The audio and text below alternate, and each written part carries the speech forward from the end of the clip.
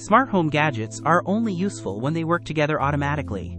These 6 simple tricks turn your devices into a home that practically runs itself.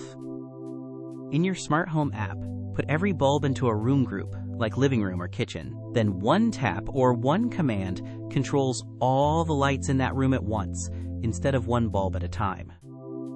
Create a schedule so your lights turn on by themselves.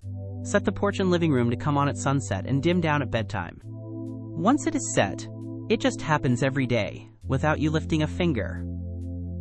Set up a scene that changes many things with one phrase.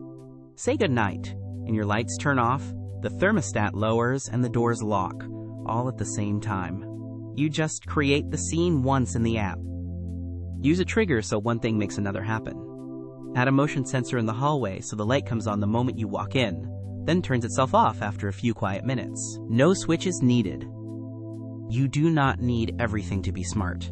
Plug an old lamp, fan, or coffee maker into a smart plug, and now you can set a timer or turn it on and off from your phone, giving any regular device a smart upgrade. Many smart plugs and apps show how much electricity each device is using.